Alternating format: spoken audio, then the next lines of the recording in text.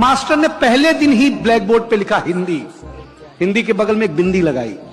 हमने मास्टर से पूछा ये बिंदी क्या है? बोले अनुस्वार है। हमने कहा सर रविवार सुना, सोमवार सुना, मंगलवार सुना, ये अनुस्वार? बोले ये हिंदी का श्रृंगार है।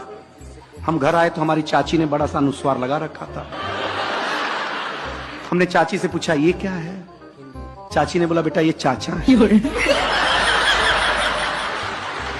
हमने कहा चाचा है?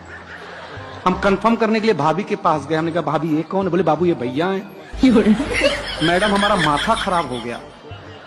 हम शाम को वॉश बेसिन में मुंह धो रहे थे तो देखा चाचा नल की टोंटी से चिटका हुआ है।